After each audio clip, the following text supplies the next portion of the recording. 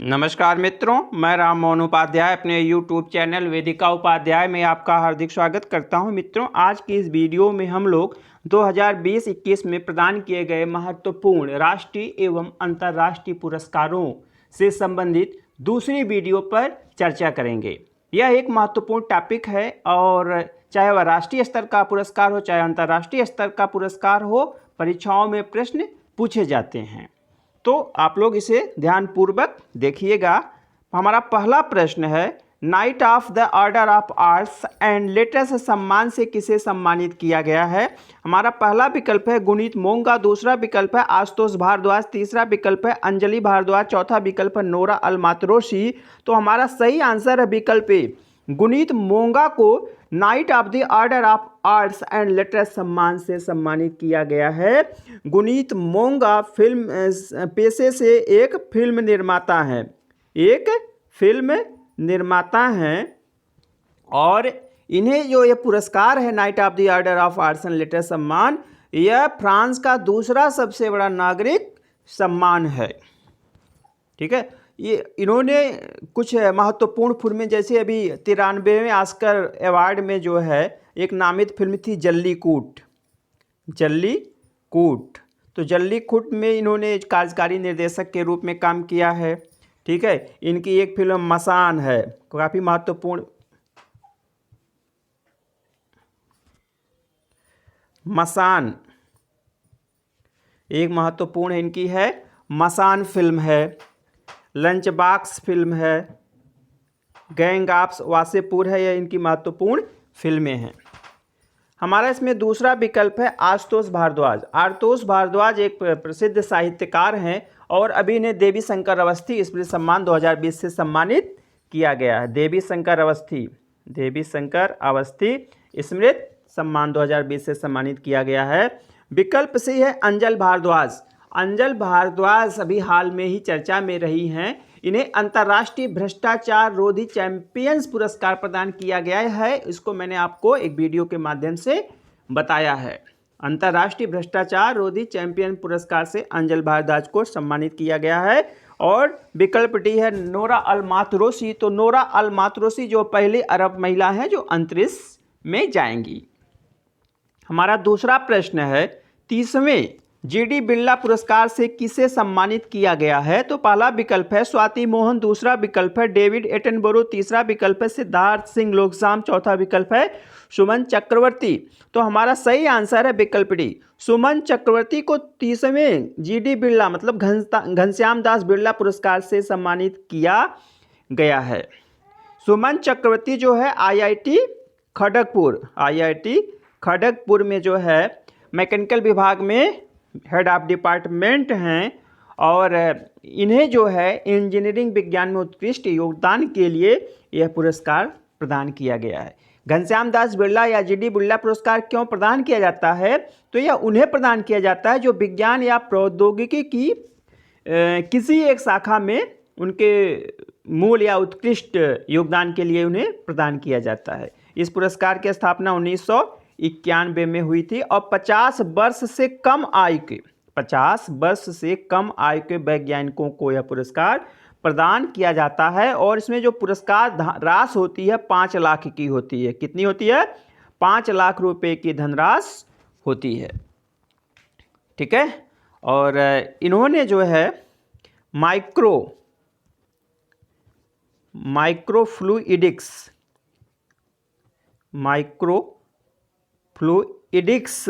भारत में जो है माइक्रोफ्लूइडिक्स की पहली प्रयोगशाला स्थापित की थी। ठीक है, कौन? सुमन चक्रवर्ती ने। तो यह भी एक महत्वपूर्ण टॉपिक है। इसमें हमारा विकल्प भी है डेविड एटनबरो। तो डेविड एटनबरो को अभी जो हाल ही में गांधी शांति पुरस्कार से सम्मानित किया गया है। विकल्प सी है सिद्धार्थ सिंह लोकजाम। सिद्धार्थ सिंह लोकजाम को अभी नाडा का महासचिव महानिदेशक नियुक्त किया गया है। नाडा मतलब नेशनल एंटी डोपिंग एजेंसी। मित्रों, आगे बढ़ने से पूर्व आपसे अनुरोध है, आप वीडियो को देखने के पश्चात चैनल को सब्सक्राइब, वीडियो को लाइक एवं शेयर अवश्य करें। साथ ही साथ अपने महत्वपूर्ण सुझावों से भी चैनल को लाभान्वित करें। तीसरा प्रश्न है, कलिंग रत्न सम्मान 2021 से किसे सम्मानित किया गया? पहला विकल्प है आनंदीबेन पटेल, दूसरा विकल्प है राम नाईक, तीसरा विकल्प विश्व भूषण हरिचंदन, चौथा विकल्प इनमें से कोई नहीं। तो हमारा सही आंसर है विकल्प सी, विश्व भूषण हरिचंदन को कलिंग रत्न सम्मान 2021 से सम्मानित किया गया है। कलिंग रत्न सम्मान की स्थापना 2007 में हुई थी। और जो आपके विश्व भूषण हरिचंदन जी हैं, ये आंध्र प्रदेश के राज्यपाल हैं। आंध्र प्रदेश के क्या हैं? राज्यपाल हैं। और यह पुरस्कार ऐसे व्यक्तियों को प्रदान किया जाता है, ठीक है, और ऐसे व्यक्ति में विशेष रूप से उड़ीसा के, केवल उड़ीसा के ऐसे व्यक्तियों को प्रदान किया जाता है जो राष्ट्रीय या अंतर्राष्ट्रीय स्तर पर किसी भी क्षेत्र में महत्वपूर्ण कार्य किए हों। इसमें सरस्वती जी की एक चांदी की मूर्ति प्रदान की जाती है, एक ताम्र पत्रिका प्रदान की जाती है और साथ ही साथ एक साल प्रदान की जाती है। कोई धनराशि इस पुरस्कार में नहीं प्रदान किया जाता है, ठीक है। तो हमारा सही आंसर है विश्व भूषण हरिचंदन को कलिंग रत्न सम्मान 2021 से सम्मानित किया गया। हमारा चौथा प्रश्न, निम्नलिखित कथनों में से सही कथन का चुनाव कीजिए। तो पहला कथन है, प्रत्येक वर्ष गणतंत्र दिवस के अवसर पर भारत में वीरता पुरस्कारों की घोषणा की जाती है। यह कथन सही है। यह कथन सही है कि प्रत्येक वर्ष 26 जनवरी को जो कोई गणतंत्र दिवस के रूप में मनाया जाता है, वीरता पुरस्कारों की घोषणा की जाती है। देश की रक्षा में, देश की सेवा में अदम्य साहस का परिचय देने वाले जवानों को पुरस्कृत किया जाता है, चाहे वह जीवित हो चाहे उन्हें मरणोपरांत, दोनों विधाओं में, दोनों परिस्थितियों में उन्हें पुरस्कृत किया जाता है। तो हमारा कथन ए सही है। हमारा कथन बी है, 26 जनवरी 2021 को कर्नल बी संतोष बाबू मरणोपरांत को महावीर चक्र से सम्मानित किया गया। यह कथन भी सही है। 26 जनवरी 2021 को कर्नल बी संतोष बाबू को, जो चूंकि शहीद हो गए थे इसलिए इनको मरणोपरांत महावीर चक्र से सम्मानित किया गया। यह 16वीं बिहार रेजिमेंट से संबंधित थे, ठीक है, 16वीं बिहार रेजिमेंट से शहीद थे। और अभी कश्मीर में की गिलवान जो घाटी है, ठीक है, कश्मीर की गिलवान घाटी में चाइना के जो सैनिकों से या चाइना से जो छुटपुट झड़प हुई थी उसमें शहीद हुए थे। आपको मैं यहाँ पे एक चीज़ बताना चाहूँगा कि जैसे हम लोगों को मालूम है कि जो सैन्य पुरस्कार होते हैं और दो भागों में विभाजित है, एक युद्ध काल में और दूसरा है शांति काल में, ठीक है। तो युद्ध काल में जो पुरस्कार प्रदान किए जाते हैं उसमें सर्वश्रेष्ठ पुरस्कार है परमवीर चक्र। आप लोगों को मालूम होगा परमवीर चक्र है। परमवीर चक्र के बाद आता है महावीर चक्र, ठीक। उसके बाद आता है वीर चक्र, उसके बाद आता है वीर चक्र। तो अब की बार परमवीर चक्र किसी को नहीं प्रदान किया गया है, महावीर चक्र और वीर चक्र प्रदान किया गया है। तो इसमें महावीर चक्र किसे प्रदान किया गया? कर्नल बी संतोष बाबू को प्रदान किया गया है। हमारा कथन सी है, 26 जनवरी 2021 को सूबेदार संजीव कुमार को कीर्ति चक्र से सम्मानित किया गया है। यह कथन भी सही है, ठीक है। तो किसको किया गया है कीर्ति चक्र से सम्मानित? सूबेदार संजीव कुमार को मरणोपरांत जो है सम्मानित किया गया है। यह कथन भी सही है। अभी मैंने आपको ऊपर बताया है युद्ध काल में और शांति काल में। तो जो शांति काल है, शांति काल में दिया जाने वाला सर्वोच्च पुरस्कार कौन सा है? अशोक चक्र है। अशोक चक्र जो कि किसी को नहीं प्रदान किया गया। तो कीर्ति चक्र और उसके बाद जो है कीर्ति चक्र के बाद होता है शौर्य चक्र। शौर्य चक्र, तो कीर्ति चक्र और शौर्य चक्र प्रदान किया गया। यह कथन भी सही है। तो हमारे कथन ए बी सी तीनों सही है, इसलिए हमारा विकल्प डी सही आंसर होगा। उपर्युक्त सभी कथन सही हैं, ठीक है। हमारा अगला प्रश्न है, नेताजी सुभाष चंद्र बोस आपदा प्रबंधन पुरस्कार 2021 के संबंध में कौन सा कथन सही है? तो पहला कथन है, यह पुरस्कार गृह मंत्रालय द्वारा नेताजी की जयंती के अवसर पर प्रदान किया जाता है। यह कथन सही है। नेताजी की जयंती कब मनाई जाती है? 23 जनवरी को। 23 जनवरी को नेताजी की जनवरी जयंती मनाई जाती है, अभी सरकार ने, भारत सरकार ने जो है किसी दिवस के रूप में मनाने की घोषणा की अब की बार से, तो पराक्रम दिवस 23 जनवरी को पराक्रम दिवस अब मनाया जाता है। ठीक है, तो जो हमारा कथन ए है कि हाँ, किसके द्वारा दिया जाता है? गृह मंत्रालय के द्वारा जो है नेताजी सुभाष चंद्र आपदा प्रबंधन पुरस्कार प्रदान किया जाता है। कथन ए हमारा सही है।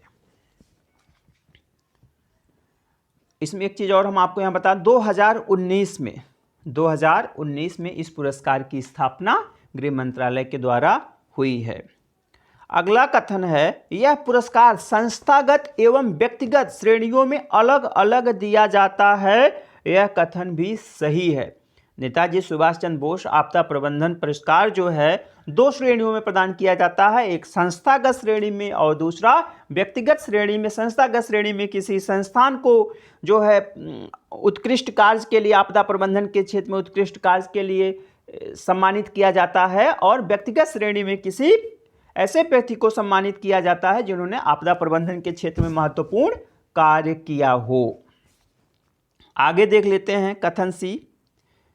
कथन सी है, व्यक्तिगत श्रेणी में यह पुरस्कार प्रसिद्ध भूविज्ञानी राजेंद्र कुमार भंडारी को प्रदान किया गया। व्यक्तिगत श्रेणी में यह पुरस्कार किसे प्रदान किया गया? प्रसिद्ध भूविज्ञानी राजेंद्र कुमार भंडारी जी को यह पुरस्कार प्रदान किया गया है। यह कथन भी सही है। राजेंद्र कुमार भंडारी को जो है उत्तराखंड में भूस्खलन से संबंधित कार्य करने के लिए इस पुरस्कार से सम्मानित किया गया है, और उन्हें कुल 5 लाख रुपए की धनराशि प्रदान की गई है। 5 लाख, इसमें होकर जो हमारा व्यक्तिगत श्रेणी है उसमें 5 लाख रुपए की धनराशि प्रदान की जाती है, और जो संस्थागत श्रेणी है उसे 51 लाख रुपए की धनराशि प्रदान की जाती है। हमारा कथन डी है, संस्थागत श्रेणी में यह पुरस्कार sustainable environment and ecological development society को प्रदान किया गया। यह कथन भी सही है। संस्थागत श्रेणी में पुरस्कार किसे प्रदान किया गया? Sustainable environment and ecological development society, जो कहाँ पे है? नई दिल्ली में अवस्थित है। कहाँ पे? नई दिल्ली में अवस्थित है। तो इस प्रकार से हमारे कथन ए बी सी डी चारों कथन सही हैं, इसलिए विकल्प ई उपर्युक्त सभी कथन सही हमारा सही आंसर होगा। हमारा अगला प्रश्न है, 2020 का रविंद्रनाथ टैगोर साहित्य पुरस्कार किसे प्रदान किया गया? पहला विकल्प है राजकमल झा को, दूसरा विकल्प है अराणा दास गुप्ता को, तीसरा विकल्प है आशुतोष भारद्वाज को, और चौथा विकल्प है इनमें से कोई नहीं। तो हमारा सही आंसर है विकल्प ए। विकल्प ए, राजकमल झा को इस पुरस्कार से या रविन्द्रनाथ टैगोर साहित्य पुरस्कार से सम्मानित किया गया 2020 के। यह तीसरा संस्करण था आपकी बार। रविन्द्रनाथ टैगोर साहित्य पुरस्कारों का यह तीसरा संस्करण था, जिसमें राजकमल झा, जो कि इंडियन एक्सप्रेस के पत्रकार एवं लेखक हैं। इंडियन एक्सप्रेस के पत्रकार एवं लेखक हैं, और 7 दिसंबर 2020 को जो है यह घोषणा की गई थी कोपनहेग से। कोपनहेग कहाँ पे है? यह डेनमार्क में है। कोपनहेग वीडियो कॉन्फ्रेंसिंग के माध्यम से इसकी घोषणा की गई थी। एक महत्वपूर्ण चीज़ ये भी है, राजकमल झा को जो है यह पुरस्कार किसके लिए दिया गया? तो उनका एक उपन्यास है द सिटी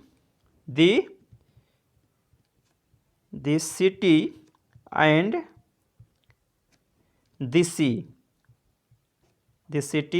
द सी के लिए जो है उन्हें रविन्द्रनाथ टैगोर साहित्य पुरस्कार से सम्मानित किया गया है। यह पुरस्कार कब स्थापित हुआ था? तो इस पुरस्कार की स्थापना 2018 में हुई थी अमेरिकी पत्रकार पीटर उंडालो के द्वारा इसकी स्थापना की गई थी, और पुरस्कार विजेता को जो है 5 लाख अमेरिकी डॉलर की धनराशि प्रदान की जाती है। इसमें जो विकल्प भी है राणा दास गुप्ता, राणा दास गुप्ता को भी जो है 2019 का रविन्द्रनाथ टैगोर साहित्य पुरस्कार प्रदान किया गया था उनके उपन्यास सोलो के लिए। ठीक है, आशुतोष भारद्वाज के विषय में हमने ऊपर पढ़ा है। हमारा अगला प्रश्न है, अभी हाल में ही यूनेस्को ने किस व्यक्ति की स्मृति में एक नया अंतर्राष्ट्रीय पुरस्कार देने की घोषणा की है? तो पहला विकल्प है अटल बिहारी वाजपेयी, दूसरा विकल्प है शेख मुजीबुर रहमान, तीसरा विकल्प है नेल्सन मंडेला, चौथा विकल्प है महारानी एलिजाबेथ। तो हमारा सही आंसर है विकल्प बी। विकल्प बी, शेख मुजीबुर रहमान की स्मृति में जो है अभी हाल में ही यूनेस्को ने एक अंतर्राष्ट्रीय पुरस्कार देने की घोषणा दिसंबर 2020 में की है। दिसंबर 2020 में घोषणा की है। और यह पुरस्कार जो है 2 वर्षों पे दिया जाएगा, प्रत्येक वर्ष नहीं दिया जाएगा बल्कि अल्टरनेट दिया जाएगा। प्रत्येक 2 वर्ष में पुरस्कार प्रदान किया जाएगा। और जो पुरस्कार की जो धनराशि है वह $50,000 की होगी। आप लोगों को मालूम है कि शेख मुजीबुर रहमान जो है वैश्विक स्तर पर जो है शांति के अग्रदूत माने जाते हैं, बांग्लादेश के जो है संस्थापक माने जाते हैं, उन्हें बंगबंधु के नाम से संबोधित किया जाता है। ठीक है, बंगबंधु के नाम से भी संबोधित किया जाता है। तो उनके सम्मान में, उनके स्मृति में क्रिएटिव इकोनॉमी में सक्रिय योगदान करने वालों को जो है पुरस्कृत किया जाएगा। रचनात्मक अर्थशास्त्र के क्षेत्र में कार्य करने वालों को इस पुरस्कार से सम्मानित किया जाता है। और पहला पुरस्कार भी प्रदान नहीं किसी को किया गया है, बल्कि जब नवंबर 2021 में जब यूनेस्को की 41वीं बैठक होगी तो उसी में जो है इसकी घोषणा की जाएगी या पहला पुरस्कार प्रदान किया जाएगा। तो यह एक महत्वपूर्ण प्रश्न है। इसके बाद हमारा अगला प्रश्न है, वर्ल्ड एथलेटिक्स के एथलीट ऑफ द ईयर का पुरस्कार जीतने वाले सबसे युवा एथलीट कौन हैं? पहला विकल्प है अंजू बॉबी जॉर्ज, दूसरा विकल्प है दुती चंद, तीसरा विकल्प है मोंडो डुप्लांटिस, चौथा विकल्प इनमें से कोई नहीं। तो हमारा सही आंसर है विकल्प सी, मोंडो डुप्लांटिस जो है सबसे युवा एथलीट हैं, सबसे युवा एथलीट हैं जिन्होंने एथलीट ऑफ द ईयर का पुरस्कार जीता है 2020 का। अभी ये 21 वर्ष इनकी उम्र है और ये जो है स्वीडन के रहने वाले हैं। कहाँ के? स्वीडन के रहने वाले हैं। इन 2 प्रकार से प्रश्न अब पूछा जा सकता है परीक्षाओं में।